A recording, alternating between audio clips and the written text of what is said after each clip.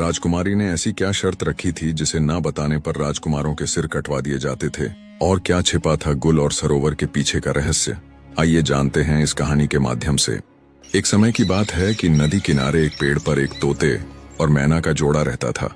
तोता अपनी पत्नी मैना से बहुत प्रेम करता था और उसकी हर इच्छा पूरी करने का प्रयास करता था। तोता शांत और सीधा साधा स्वभाव का था, जबकि मैना बहुत ही चालाक थी। एक दिन मैना ने तोते से कहा, हे स्वामी, प्रतिदिन एक जैसा भोजन खाते खाते मेरा मन ऊब गया है। आज आप कुछ स्वादिष्ट और अच्छा भोजन लाएं। पत्नी की बात मानकर तोता भोजन की तलाश में जंगल की ओर निकल पड़ा। बहुत समय तक खोजने के बाद भी उसे कुछ विशेष नहीं मिला। थक कर वह तालाब के किनारे बैठ गया और सोचने लगा कि आखिर अपनी पत्नी के लिए क्या लेकर जाए। तभी वहां एक कौवा उड़कर आया। उसने उदास बैठे तोते को देखा और पूछा, मित्र, तुम इतने उदास क्यों बैठे हो? तोते ने सारी बात कौवे को बताई। उसकी बात सुनकर कौवा अपने घर गया और वहां से अनाज और दाने लाकर तोते को दिए। कौवे ने कहा, मित्र, ये अनाज और दाने बहुत अच्छे और स्वादिष्ट हैं, इन्हें अपनी पत्नी को दे दो। ये सुनकर तोता बहुत प्रसन्न हुआ और बोला, मित्र, मैं तुम्हारा यह उपकार कभी नहीं भूलूंगा। तोता अनाज और दाने लेकर अपने घर लौटने लगा। रास्ते में उसने झाड़ियों से कुछ आवाज सुनी। पास जाकर देखा तो वह चौंक गया। उसकी पत्नी मैना किसी दूसरे तोते से हंस हंस कर बातें कर रही थी। तोता चुपचाप घर लौट आया। जब मैना वापस आई तो तोते ने पूछा, तुम कहाँ गई थी? मैं कब से तुम्हारी प्रतीक्षा कर रहा हूँ। मैना बोली, स्वामी, मैं अपनी एक सहेली से मिलने गई थी। तोता बहुत दुखी हुआ, लेकिन मैना को इसकी परवाह न थी। वह तो अनाज और दाने देखकर बहुत खुश हो गई और बड़े चाव से खा गई।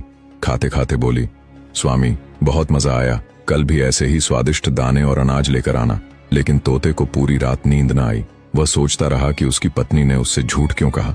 अगले दिन उसने अपने मित्र कौवे को सारी घटना सुनाई। कौवा बोला, मित्र, क्या जमाना आ गया है।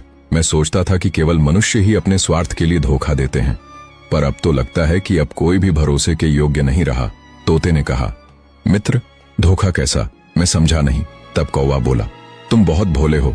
आओ, मैं तुम्हें एक मनुष्य की कहानी सुनाता हूँ, जिससे तुम्हें समझ आएगा कि किस तरह स्वार्थ चरित्र और विश्वास को नष्ट कर देता है। लेकिन ध्यान रखना, इस कहानी को अंत तक सुनना। तोते ने हामी भरी और कौवे ने कहानी सुनाना शुरू किया। बहुत समय पहले की बात है। पहाड़ों के पर एक राज्य बसा हुआ था। उस नगर में एक दयावान राजा रहते थे। उनकी 2 रानियां थीं और राजा दोनों से बहुत प्रेम करते थे, पर उन दोनों में से किसी ने उसे संतान का कोई सुख नहीं दिया था। एक बार राजा ने महल में भव्य नृत्य समारोह का आयोजन किया, जिसमें आसपास के गांवों की कन्याएं भी भाग लेने आईं। शाम का समय था और नृत्य कला का कार्यक्रम शुरू हो चुका था। तभी राजा की नजर अचानक से एक सुंदर स्त्री पर पड़ती है, जिसका नृत्य देखकर राजा उस पर मोहित हो जाता है। फिर अगले दिन राजा मंत्री को कहकर अपने विवाह का प्रस्ताव उस स्त्री के सामने रखवाता है। लेकिन वह स्त्री इस प्रस्ताव को सुनकर आश्चर्यचकित हो जाती है। वह मंत्री से कहती है, मुझे कुछ समय दीजिए, मैं सोचकर बताऊंगी। फिर अगले दिन वह स्त्री पत्र पर हाँ लिखकर राजा के पास भिजवा देती है और कुछ दिनों के बाद ही राजा उस स्त्री से विवाह कर लेता है। इस तरह अब राजा की 3 रानियां हो जाती हैं। कुछ सालों बाद उस रानी के 3 पुत्र होते हैं। राजा 3 पुत्र पाकर बहुत खुश था। धीरे धीरे समय बीतता गया और राजा के 3 पुत्र बड़े हो गए। राजा महाराजाओं को जंगल में शिकार खेलने का शौक हुआ करता था। तो एक दिन राजा का बड़ा बेटा अपने घोड़े पर सवार होकर जंगल में शिकार करने के लिए गया। जंगल में शिकार करते करते पूरा दिन बीत गया, परंतु उसके हाथ एक भी शिकार नहीं लगा। थक हार कर वह घर लौटने लगा। लेकिन तभी अचानक घने जंगल से एक पागल सा दिखने वाला आदमी बाहर आया। उसने बहुत अजीब से फटे पुराने कपड़े पहन रखे थे और उसका व्यवहार भी असामान्य लग रहा था। वह भोजन की तलाश में इधर उधर भटक रहा था। उसके कंधे पर एक तोता बैठा हुआ था। उस व्यक्ति और तोते के बीच बहुत गहरी दोस्ती थी, क्योंकि वही तोता अब उसका एकमात्र सहारा था। राजकुमार उस पागल से दिखने वाले व्यक्ति के पास गया और उससे बोला, आप कौन हैं और इस जंगल में क्यों भटक रहे हैं? लेकिन वह पागल व्यक्ति कुछ नहीं बोला, क्योंकि वह बहुत भूखा था और भोजन की तलाश में था। इतने में राजकुमार ने अपने थैले से कुछ लड्डू निकालकर उसे दे दिए। पागल व्यक्ति लड्डू देखते ही लपक कर खाने लगा। इतने में राजकुमार ने फिर पूछा, आखिर तुम कौन हो? इस घने जंगल में अकेले क्यों भटक रहे हो? तुम्हारा परिवार कहाँ है? ये सुनते ही उस पागल व्यक्ति के हाथ से लड्डू गिर गया और उसकी आंखों से आंसू बह निकले। वह फूट फूट कर रोने लगा। ये देखकर राजकुमार हैरान हुआ और पूछा, तुम रो क्यों रहे हो? तब उस पागल व्यक्ति के कंधे पर बैठे तोते ने कहा, मेरे मालिक अपने बेटे के कारण इस हालत में जंगल में भटक रहे हैं। राजकुमार ने आश्चर्य से पूछा, ऐसा इनके साथ क्या हुआ था? तोता बोला, पास के नगर में एक बहुत सुंदर राजकुमारी रहती है जिसका पिता एक राजा है। वह अपनी बेटी का विवाह करना चाहता था और लड़की भी विवाह को तैयार थी, लेकिन उस लड़की की एक शर्त थी, वह उसी इंसान से विवाह करेगी जो उसके एक प्रश्न का सही उत्तर देगा, और यदि उत्तर न दे पाया तो उसका सिर कटवा दिया जाएगा। मेरे मालिक का एक पुत्र था जो उस राजकुमारी से विवाह करना चाहता था, लेकिन राजकुमारी के प्रश्न का उत्तर न दे पाने के कारण उसका सिर काट दिया गया। इसी सदमे से मेरे मालिक ने अपना मानसिक संतुलन खो दिया और इस हाल में आ गए। इतना तोते के बोलते ही वह पागल व्यक्ति वहां से चला गया। ये सारी बात सुनकर राजकुमार के दिल और दिमाग में उस राजकुमारी की बात गहराई से बैठ गई। महल की ओर लौटते समय भी पूरे रास्ते वही राजकुमारी उसके ख्यालों में घूमती रही। घर पहुंचकर रात में वह आराम से लेट तो गया, लेकिन सुबह उठने पर भी उसके मन में सिर्फ उसी राजकुमारी के विचार चल रहे थे। अंततः उससे रहा नहीं गया और वह घोड़ा निकालकर उस राजकुमारी के महल की ओर चल पड़ा। राजकुमार को बाहर जाता देख उसके माता पिता ने पूछा, बेटा कहाँ जा रहे हो? तब बड़ा राजकुमार कहता है कि हमारे पड़ोसी नगर में एक राजकुमारी रहती है और वह विवाह करना चाहती है, परंतु उस राजकुमारी का यह कहना है कि उसका एक प्रश्न है और जो कोई उसके प्रश्न का उत्तर दे देगा वह उससे विवाह कर लेगी, और जो उसके प्रश्न का उत्तर नहीं दे पाएगा उसका सिर कटवा दिया जाएगा। अब तक उसके चक्कर में कई लोग मारे जा चुके हैं। यह सुनकर राजकुमार के माता पिता ने उसे बहुत रोकने की कोशिश की, परंतु राजकुमार ने उनकी एक भी नहीं सुनी और राजकुमारी के महल की ओर निकल पड़ा। राजकुमारी के महल पर पहुंचते ही उसने राजकुमारी को देखा। वह अत्यंत सुंदरी थी। राजकुमार उसके रूप को देखता ही रह गया। राजकुमार ने राजकुमारी के पास अपने आने का कारण बताते हुए उससे विवाह का प्रस्ताव रख दिया। तो राजकुमारी कहने लगी कि मैं आपसे विवाह करने के लिए तैयार हूँ, परंतु आपको मेरे एक प्रश्न का उत्तर देना पड़ेगा, तभी मैं आपसे विवाह कर पाऊंगी, और यदि आप मेरे प्रश्न का उत्तर नहीं दे पाए तो आपका सिर कटवा दिया जाएगा। राजकुमार ने इस शर्त को स्वीकार कर लिया और बोला, राजकुमारी पूछिए, आपका क्या प्रश्न है? मैं आपके प्रश्न का उत्तर देने के लिए तैयार हूँ। फिर राजकुमारी अपना वह प्रश्न पूछती है जो अब तक वह कई लोगों से पूछती आ रही थी। जब राजकुमार ने प्रश्न सुना तो वह हैरान रह गया। उसे कोई उत्तर नहीं सूझा, और जब वह उत्तर नहीं दे पाया तो राजकुमार का सिर कटवा दिया गया। दोस्तों, आखिर ऐसा कौन सा प्रश्न था जो राजकुमारी पूछती थी, लेकिन कोई भी उसके प्रश्न का जवाब नहीं दे पाता था? इसके बारे में आपको आगे कहानी में पता चलेगा कि राजकुमारी ऐसा क्या पूछती थी और ऐसा क्यों करती थी कि जो भी राजकुमारी से विवाह करना चाहता था उससे वही एक प्रश्न पूछती और उत्तर न मिलने पर उसका सिर कटवा देती थी। इस तरह बड़े राजकुमार का सिर कटवा दिया गया। उधर राजमहल में सब उसके लौटने का इंतजार कर रहे थे, पर जब राजकुमार घर वापस नहीं आया तो मंझले राजकुमार ने विचार किया कि वह उस राजकुमारी के पास जाएगा और अपने भाई का पता लगाएगा।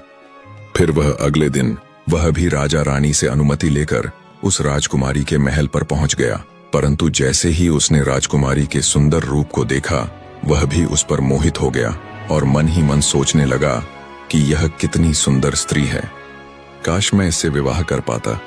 लेकिन फिर राजकुमार राजकुमारी से कहता है कि मेरे बड़े भाई कहाँ हैं? तो राजकुमारी कहती है कि मुझे इसके बारे में कुछ नहीं पता। यह सब सुनकर राजकुमार फिर से सोच में पड़ जाता है। तब राजकुमारी राजकुमार से कहती है, क्या सोच रहे हो? तब राजकुमार कहता है कि आप कितनी सुंदर हैं, मैं आपसे विवाह करना चाहता हूँ। तो फिर राजकुमारी कहती है कि मैं आपसे विवाह तो कर लूंगी, किंतु पहले आपको मेरे एक प्रश्न का उत्तर देना पड़ेगा।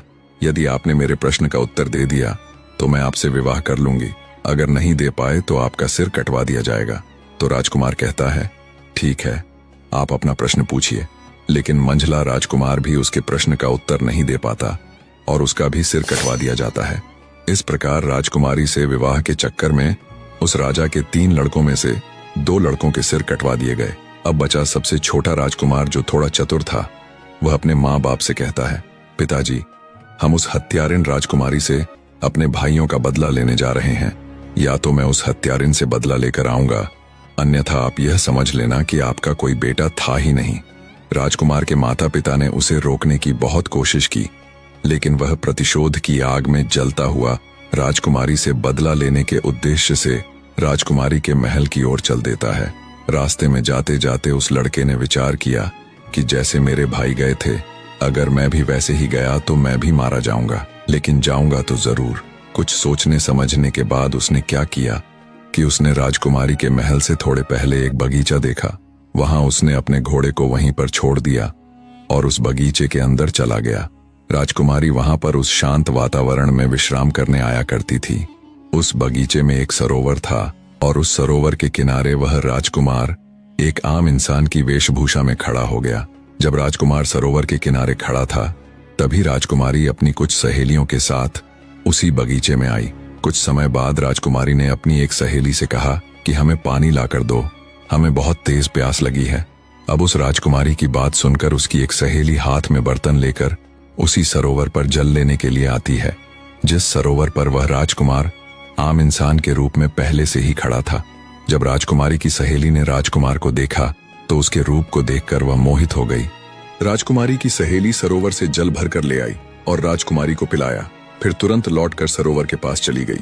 वहां जाकर उसने उस आम आदमी यानी राजकुमार से कहा, आप कौन हो और यहाँ क्या कर रहे हो? मैं आपको देखते ही आपके रूप पर मोहित हो गई हूँ और मैं शीघ्र ही आपसे विवाह करना चाहती हूँ। फिर राजकुमार कहता है, वह तो ठीक है, लेकिन आप कौन हैं? फिर वह लड़की कहती है, मैं इस राज्य की राजकुमारी संयोगिता की सहेली पद्मावती हूँ। यह सुनकर राजकुमार सोचता है कि यह तो उसी राजकुमारी की सहेली है, इसके माध्यम से ही मैं उस राजकुमारी का रहस्य जान सकता हूँ। तब वह राजकुमार राजकुमारी की उस सहेली पद्मावती के साथ उसके घर चला जाता है। पद्मावती अपने आंगन में चारपाई बिछाकर राजकुमार को बैठा देती है और भोजन करवाती है। फिर कहती है, आप क्या सोच रहे हो? आप विश्वास कीजिए, मैं आपको कभी धोखा नहीं दूंगी, क्योंकि मैं तुम्हारे रूप पर दीवानी हो चुकी हूँ। मैं तुमसे प्यार कर बैठी हूँ। जब इतनी बात राजकुमार ने सुनी तो वह रोने लगा। उसकी आंखों से आंसुओं की धारा बहने लगी। वह कहने लगा, मैं सरोवर के किनारे इसलिए घूम रहा था क्योंकि तुम्हारी राजकुमारी इतनी हत्यारिन है कि उसने अब तक कई लोगों के सिर कटवा दिए हैं और उन्हीं में मेरे 2 भाई भी मारे गए हैं। इसलिए मैं अपने भाइयों की हत्या का बदला लेना चाहता हूँ। मैं यह जानना चाहता हूँ कि राजकुमारी कौन सा सवाल पूछती है। तब पद्मावती कहती है, वह तो हम आपको बता देंगे, लेकिन पहले आप हमसे वादा कीजिए कि आप हमसे विवाह करेंगे। राजकुमार उसकी बात मान लेता है। इस तरह पद्मावती ने एक तरफ तो राजकुमार से विवाह का वादा करवा लिया, वहीं दूसरी ओर उसे यह डर भी था कि अगर वह उसे राजकुमारी के पास जाने देगी तो पता नहीं वह वहां से लौटकर आएगा भी या नहीं। फिर राजकुमार पद्मावती से कहता है, मैं तुमसे विवाह अवश्य करूंगा, लेकिन राजकुमारी से अपने भाइयों का बदला लेने के बाद। जब राजकुमार ने पद्मावती से इतना कहा तो पद्मावती को राजकुमार पर विश्वास हो गया। फिर पद्मावती ने राजकुमार को राजकुमारी के बारे में बताना शुरू किया। पद्मावती ने बताया, वो राजकुमारी हर एक इंसान से केवल एक ही प्रश्न पूछती है, गुल सरोवर की क्या कहानी है? तब राजकुमार ने पद्मावती से कहा, अगर तुम्हें प्रश्न पता है तो इसका उत्तर भी अवश्य पता होगा, आप हमें इसका उत्तर बता दीजिए। लेकिन पद्मावती तुरंत हाथ जोड़कर बोली, अगर मुझे उत्तर मालूम होता तो मैं आपको जरूर बताती। राजकुमारी के राज्य में एक साधु रहता है, सिर्फ उसी को यह गुल सरोवर वाली कहानी पता है। उसी ने राजकुमारी को यह सलाह दी है कि अगर तुमसे कोई विवाह करना चाहे तो उससे गुल सरोवर की कहानी के बारे में पूछना। हालांकि यहाँ तक कि राजकुमारी को भी इस कहानी के बारे में कुछ पता नहीं है, फिर भी वह यह प्रश्न पूछा करती है क्योंकि वह उस साधु से प्रेम करती है। तब राजकुमार ने पद्मावती से कहा, चलो ठीक है, कोई बात नहीं, तुमने हमारा काम थोड़ा आसान कर दिया है। अब हम जाकर पहले गुल सरोवर की कहानी के बारे में पता करते हैं कि इसकी कहानी क्या है। आप मेरा इंतजार करना, मैं लौटकर वापस जरूर आऊंगा। तब पद्मावती कहती है, राजकुमार, गुल सरोवर की कहानी कहाँ मिलेगी? यह मैं आपको बता सकती हूँ, लेकिन वहां से जिंदा लौटना नामुमकिन है। आप वहां से जिंदा नहीं लौट पाओगे। राजकुमार बोला, क्यों नहीं लौट पाऊंगा? तब पद्मावती बोली, रास्ते में बहुत खतरा है, इसलिए आप वहां मत जाइए। यदि आप जिद करेंगे तो अपने भाइयों का बदला नहीं ले पाएंगे। बेहतर है आप मेरे साथ विवाह कर लीजिए और बदला लेने का विचार छोड़ दीजिए। राजकुमार ने दृढ़ स्वर में कहा, चाहे रास्ते में कितनी भी कठिनाई क्यों न हो, मैं अवश्य जाऊंगा और अपने भाइयों का बदला लेकर ही लौटूंगा। पद्मावती ने सोचा कि अब इन्हें रोकना असंभव है। उसने स्वयं एक घोड़ा और एक तलवार राजकुमार को दी और कहा, यह घोड़ा और तलवार तुम्हारे काम आएंगे। तुम पश्चिम दिशा की ओर जाना, आगे एक गुफा में एक शेर मिलेगा। उस शेर से आपको डरना नहीं है, क्योंकि वो शेर बूढ़ा हो चुका है और शिकार नहीं कर पाता, इसलिए भूखा रहता है। तुम रास्ते में उसके लिए खाने की कोई वस्तु साथ ले जाना। जब वह गुफा से बाहर आए तो उसके सामने भोजन रख देना, वह तुम्हारी मदद अवश्य करेगा। फिर जंगल पार कर तुम समुद्र के किनारे पहुंचोगे और आगे समुद्र पार करना होगा। इतना कहकर पद्मावती ने राजकुमार को विदा किया। जाते समय पद्मावती बोली, वादा मत भूलना, चाहे कुछ भी हो जाए लौट कर अवश्य आना, मैं जीवन भर तुम्हारा इंतजार करूंगी। राजकुमार ने विश्वास दिलाते हुए कहा, तुम चिंता मत करो, मैं लौट कर जरूर आऊंगा और तुमसे विवाह करूंगा। इसके बाद राजकुमार पश्चिम दिशा की ओर बढ़ने लगा। कुछ ही दूर जाने पर उसे वही गुफा मिली जिसमें बूढ़ा शेर रहता था। राजकुमार ने जैसा पद्मावती ने कहा था, रास्ते से भोजन लाकर शेर के सामने रख दिया। भूखा शेर भोजन पाकर बहुत प्रसन्न हुआ और तुरंत खाने लगा। अब संध्या हो चुकी थी, हल्की ठंड बढ़ रही थी और अंधेरा छा रहा था। राजकुमार ने पास से लकड़ियां इकट्ठी की और गुफा के सामने आग जला ली। थोड़ी देर बाद शेर भी उसके पास आकर बैठ गया। राजकुमार ने उसे सहलाया और फिर यहीं आग के पास सो गया। फिर अगली सुबह होते ही राजकुमार उस बूढ़े शेर के साथ जंगल में पश्चिम दिशा की ओर आगे बढ़ने लगा। चलते चलते राजकुमार को कई मुसीबतों का सामना करना पड़ा। अनेक जंगली जानवर उसके सामने आए, लेकिन बूढ़े शेर की दहाड़ सुनकर सभी डरकर भाग गए। इस तरह वह शेर राजकुमार के साथ चलते चलते समुद्र के किनारे पहुंच गया। समुद्र किनारे पहुंचते ही वह बूढ़ा शेर वापस चला गया। राजकुमार ने देखा कि थोड़ी दूर पर एक व्यापारी कई घोड़ों पर सामान लादकर कुछ सैनिकों के साथ समुद्र तट पर खड़ा है। राजकुमार उसके पास गया तो व्यापारी ने पूछा, तुम कौन हो और यहाँ क्या कर रहे हो?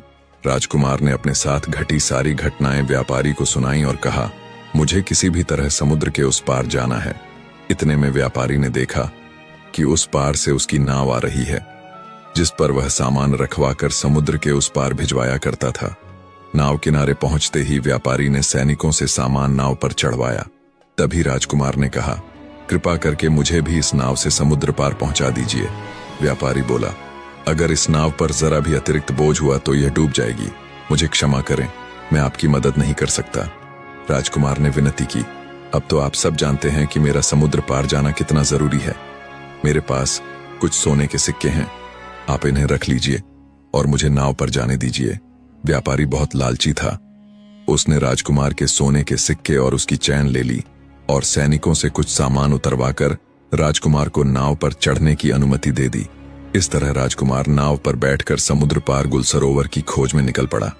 ठीक 10 दिन बाद राजकुमार समुद्र पार एक नगर में पहुंचा और गुल सरोवर की तलाश में इधर उधर भटकने लगा। भटकते भटकते वह एक राज्य में पहुंचा। उस राज्य के राजा का नाम सरोवर था। राजकुमार चलते चलते महल के द्वार पर पहुंच गया और उसने देखा कि वहां प्रतिदिन नृत्य और संगीत का आयोजन होता था।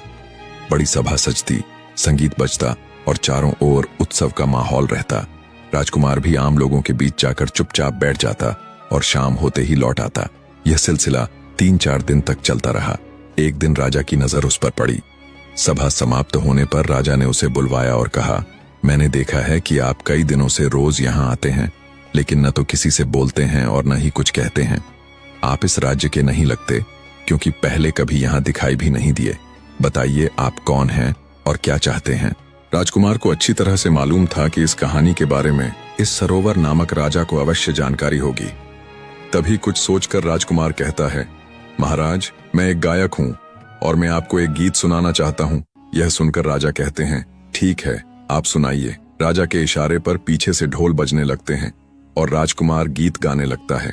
उस राजकुमार ने इतना सुंदर गीत सुनाया कि राजा खुश होकर ताली बजाने लगे और बोले, हम तुम्हारी गायकी से मैं बहुत प्रसन्न हैं। तुम चाहे तो हमसे कुछ भी मांग सकते हो, जो भी मांगोगे हम तुम्हें अवश्य देंगे, यह हमारा वचन है।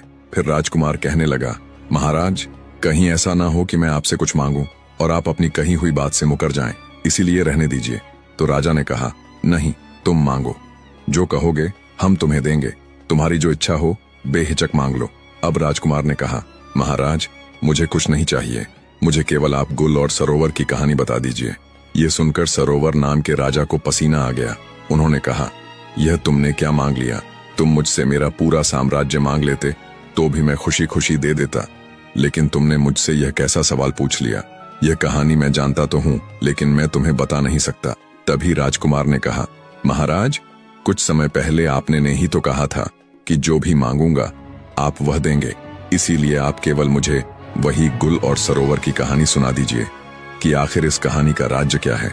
अब महाराज अपने ही दिए हुए वचन में फंस जाते हैं और कहने लगे, अगर तुम्हारी यही इच्छा है तो मैं तुम्हें गुल और सरोवर की कहानी सुना दूंगा। लेकिन कहानी खत्म होने के तुरंत बाद तुम्हारा सिर कटवा दूंगा। अगर तुम इस बात पर राजी हो तो हम तुम्हें कहानी सुनाएंगे। राजकुमार ने कह दिया, ठीक है महाराज, आप मेरा सिर कटवा लेना, लेकिन कहानी जरूर सुनाना। महाराज बोले, ठीक है, हम तुम्हें जरूर सुनाएंगे। फिर महाराज ने मंत्रियों और नौकरों को इशारा किया। मंत्री और नौकर कारावास की तरफ जाते हैं। राजकुमार वह सब देख रहा था। जब मंत्री और नौकर कारावास से लौटकर आते हैं तो उनके साथ एक बहुत ही सुंदर लड़की होती है। उसके शरीर पर फटे पुराने वस्त्र होते हैं, हाथों में हथकड़ी और पैरों में बेड़ियां पड़ी हुई थीं। वह ठीक से चल भी नहीं पा रही थी और राजा के नौकर उसे मारते पीटते हुए राजा के पास ला रहे थे। जब राजकुमार ने यह सब देखा तो वह आश्चर्य से बोला, महाराज, यह सब क्या है? मेरी समझ में नहीं आया। तब महाराज ने कहा, तुम सुनना चाहते थे कि गुल और सरोवर की कहानी क्या है, तो सुनो। सरोवर मेरा ही नाम है और गुल इस लड़की का नाम है जो तुम्हारे सामने हथकड़ी और बेड़ियों में जकड़ी खड़ी है। राजकुमार कहने लगा, महाराज, आप सरोवर और यह लड़की गुल, इसका मतलब यह आपकी ही कहानी है? महाराज ने कहा, हाँ, ये मेरी ही कहानी है। जब मैं नवयुवक था तब एक बार जंगल में शिकार खेलने के लिए गया था। वहां यह लड़की अपनी सहेलियों के साथ उसी जंगल के एक तालाब के किनारे बैठी हुई थी। उस दिन जब हम जंगल में घूमते घूमते तालाब के पास पहुंचे तो हमारी नजर इस लड़की पर पड़ी। इसे देखकर हम मोहित हो गए। इसने भी मुझे देखा तो यह भी मुझ पर मोहित हो गई। मैं इसके रूप का दीवाना हो गया। अब क्या बताऊं, इस लड़की को देखकर हम कुछ नहीं बोल पाए, लेकिन इस लड़की ने मुझे अपने पास बुला लिया और कहा, कौन हो आप, कहां से आए हो और क्या देख रहे हो? फिर मैंने उलझी हुई आवाज में जवाब दिया, मेरा नाम सरोवर है और अगर आप जानना चाहती हो कि हम क्या देख रहे हैं तो सुनिए। आप इतनी सुंदर हैं कि ऐसा लगता है जैसे हम आपको ही देखते रहें। इससे पहले कि मैं इस लड़की से कुछ पूछता, तभी इस लड़की ने मुझसे ही पूछ लिया, क्या आप मुझसे विवाह करोगे? जो बात मेरे दिल में थी वही इसने कह दी तो मैं बहुत खुश हो गया। अब यह लड़की मुझे साथ लेकर अपने घर पहुंची और अपनी माँ से हट करके कहती है, हे माँ, मैं अगर विवाह करूंगी तो इसी के साथ करूंगी, अन्यथा मैं मर जाऊंगी। उसके माँ बाप ने बहुत समझाया, बेटा, इनके घर खानदान का कोई पता नहीं, कहाँ के रहने वाले हैं इसका कुछ पता नहीं है। उसकी माँ कहती है, एक अजनबी के साथ मैं तुम्हारा विवाह कैसे करा सकती हूँ? उस समय वह लड़की बार बार अपने माता पिता से विनती करने लगती है और खाना पीना तक छोड़ देती है। अब उसकी जिद के सामने उसके माता पिता मजबूर होकर उसका विवाह हमारे साथ कर देते हैं। जब इस लड़की का विवाह मेरे साथ हो गया तब विदा होकर यह मेरे साथ मेरे महल के लिए आ रही थी। रास्ते में यह बहुत प्रसन्न थी और मुझसे कह रही थी, मुझे मेरे मनचाहे पति मिले हैं। मैं खुद दुखी रह सकती हूँ लेकिन इन्हें कभी दुखी नहीं रहने दूंगी। मैं खुद संकट में रह सकती हूँ लेकिन इन पर कभी आंच नहीं आने दूंगी। मैं अपने पति से हमेशा लगाव बनाए रखूंगी। ऐसे ही करके हम अपने महल पहुंच गए। अब तो हम उसके प्यार में इतने पागल हो गए कि सब कुछ भूलते जा रहे थे। हम अपने राज्यकाज में बिल्कुल भी रुचि नहीं दे रहे थे। ऐसे ही कुछ दिनों तक चलता रहा, लेकिन कुछ दिनों के बाद जब घर लौटकर स्त्री के पास आते थे तो पता नहीं क्यों हमें बहुत जोर की नींद आ जाया करती थी और इतने में वह राजमहल से जंगल की ओर चल देती थी। उस दिन जब मेरी नींद खुली तो मैंने इस स्त्री को राजमहल से बाहर जाते हुए देखा। तो उस दिन मैं भी उसके पीछे पीछे छिपता छिपाता जाता हूँ और देखता हूँ कि वह स्त्री एक साधु के साथ बैठी हुई हंस हंस कर बातें कर रही है। इतना सब कुछ देखते ही मैं सोचने लगा कि पता नहीं यह उसका रोज का काम है या सिर्फ आज का। उसके बाद मैं चुपचाप वहां से वापस राजमहल में लौट आया। फिर राजकुमार ने उनसे पूछा, आगे क्या हुआ महाराज? तब महाराज ने राजकुमार से कहा, उस दिन मेरा पूरा दिन उसी के बारे में सोचते सोचते निकल गया और दूसरे दिन भी इन्हीं सब ख्यालों में संध्या हो गई। संध्या के समय भोजन बनाकर इसने मुझे खाने को दिया, लेकिन उस दिन मैंने जानबूझकर भोजन नहीं खाया। मैंने यह निर्णय लिया कि आज चाहे कुछ भी हो जाए लेकिन सोएंगे नहीं, और फिर मैं देर रात तक उससे बातें करता रहा। जब काफी रात बीत गई तभी इस स्त्री ने मुझसे कहा, प्रियवर, अब बहुत ज्यादा रात हो चुकी है, आप सो जाइए। तब मैंने आंखें बंद करके सोने का नाटक किया और फिर यह स्त्री उसी साधु के पास चली जाती है। मैं भी उसके पीछे पीछे गया और देखा कि वह साधु डंडा लेकर उस स्त्री से गुस्से में बोल रहा था, आज तुम्हें यहाँ आने में इतना समय क्यों लग गया? कहाँ थी इतनी देर तक? वह स्त्री हाथ जोड़कर साधु से क्षमा मांगती हुई बोली, मेरा पति आज देर से सोया था इसलिए मुझे आने में देर हो गई। फिर उस स्त्री ने साधु से कहा, अगली बार ऐसा कभी नहीं होगा। अगली बार मैं उसके खाने में जहर डालकर उसे सदा के लिए सुला दूंगी और तब मैं हमेशा के लिए आपकी हो जाऊंगी। जब मैंने उसकी यह बात सुनी तो मैं बहुत ही घबरा उठा। उसी समय साधु की नजर मुझ पर पड़ी और उसने स्त्री से कहा कि किसी ने पेड़ के पीछे छिपकर मुझे देखा है। तब वह मेरी ओर देखते ही चिल्ला उठी, यह तो मेरा पति है। तभी मैं वहां से जल्दी जल्दी भागता हुआ राजमहल में आ पहुंचा और सैनिकों को आदेश देकर उस महिला को बंदी बनवा लिया। तभी राजकुमार ने पूछा, महाराज, उस साधु का क्या हुआ? तब महाराज ने उत्तर दिया, हमें खबर मिली है कि वह साधु समुद्र के उस पार शोभा नाम की राजकुमारी के राज्य में जाकर छिप गया है। राजकुमार को अब पूरा मामला समझ आ गया। महाराज ने कहा, यही थी गुल और सरोवर की कहानी। मैंने अपना वचन निभाते हुए तुम्हें पूरी कहानी सुना दी है। अब तुम अपने वादे के अनुसार अपना सिर कटवाने के लिए तैयार हो जाओ। इतने में राजकुमार ने कहा, महाराज, आप मेरा सिर जरूर काट लेना, पर उससे पहले एक बात बताइए, वह राजकुमारी ने उस साधु को अपने राज्य में क्यों छिपाया? राजकुमार की इस बात का राजा सरोवर उत्तर नहीं दे पाए। तब राजकुमार ने कहा, महाराज, इसका उत्तर मैं आपको बताता हूं। अब वह साधु शोभा नाम की राजकुमारी को अपने जाल में फंसा चुका है और राजकुमारी उसके बहकावे में आकर कई निर्दोष लोगों के सिर कटवा चुकी है, जिनमें मेरे 2 भाई भी शामिल हैं। इसलिए मैं गुल और सरोवर की कहानी जानने आया था, ताकि मैं उसे उसके की सजा दे सकूं। और राजकुमार महाराज को सारी बात बताता है और यह भी बताता है कि कैसे राजकुमारी में उसके भाइयों के गले कटवा दिए थे। राजकुमार की बातें सुनकर महाराज भावुक हो जाते हैं और राजकुमार की जान बख्श देते हैं। अब राजकुमार वापस उस शोभा नाम की राजकुमारी के महल की ओर चल देता है। कुछ दिनों के बाद जब राजकुमार शोभा नाम की राजकुमारी के महल में पहुंचते हैं तो राजकुमारी से कहते हैं कि मुझे आपसे विवाह करना है। फिर शोभा कहती है कि आपको पहले मेरे एक प्रश्न का जवाब देना पड़ेगा, तभी मैं आपसे विवाह करूंगी, और अगर आप मेरे सवाल का जवाब नहीं दे पाते हैं तो आपका सिर कटवा दिया जाएगा।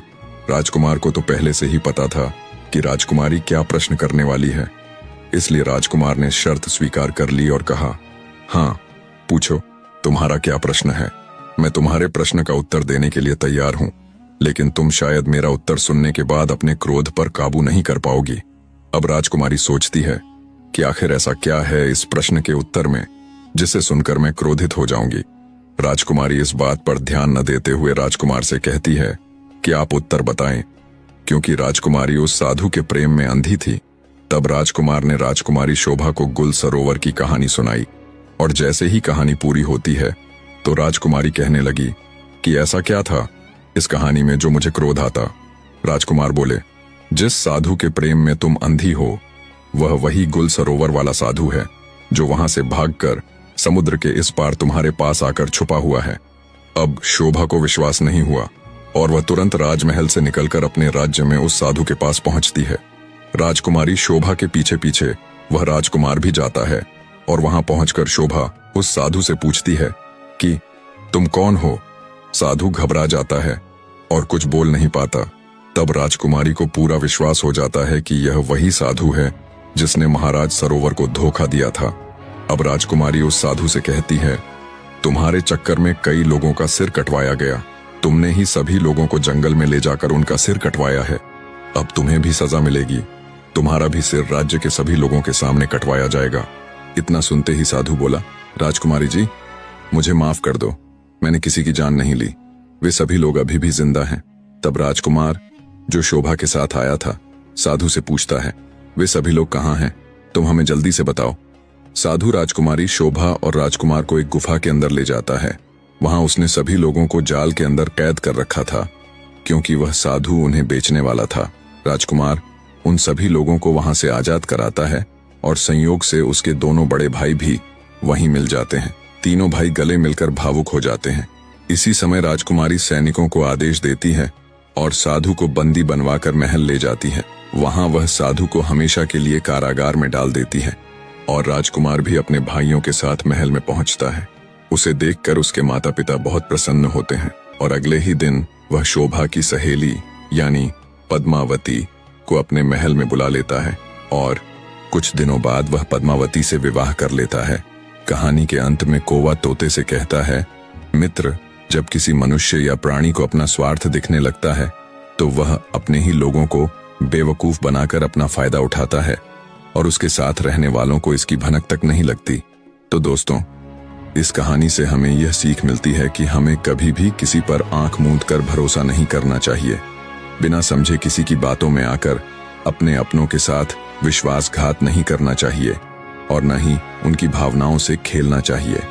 अगर आपको यह कहानी पसंद आई हो तो इसे लाइक और शेयर करें और चैनल को सब्सक्राइब करना ना भूलें। तो मिलते हैं अगली नई कहानी के साथ। धन्यवाद।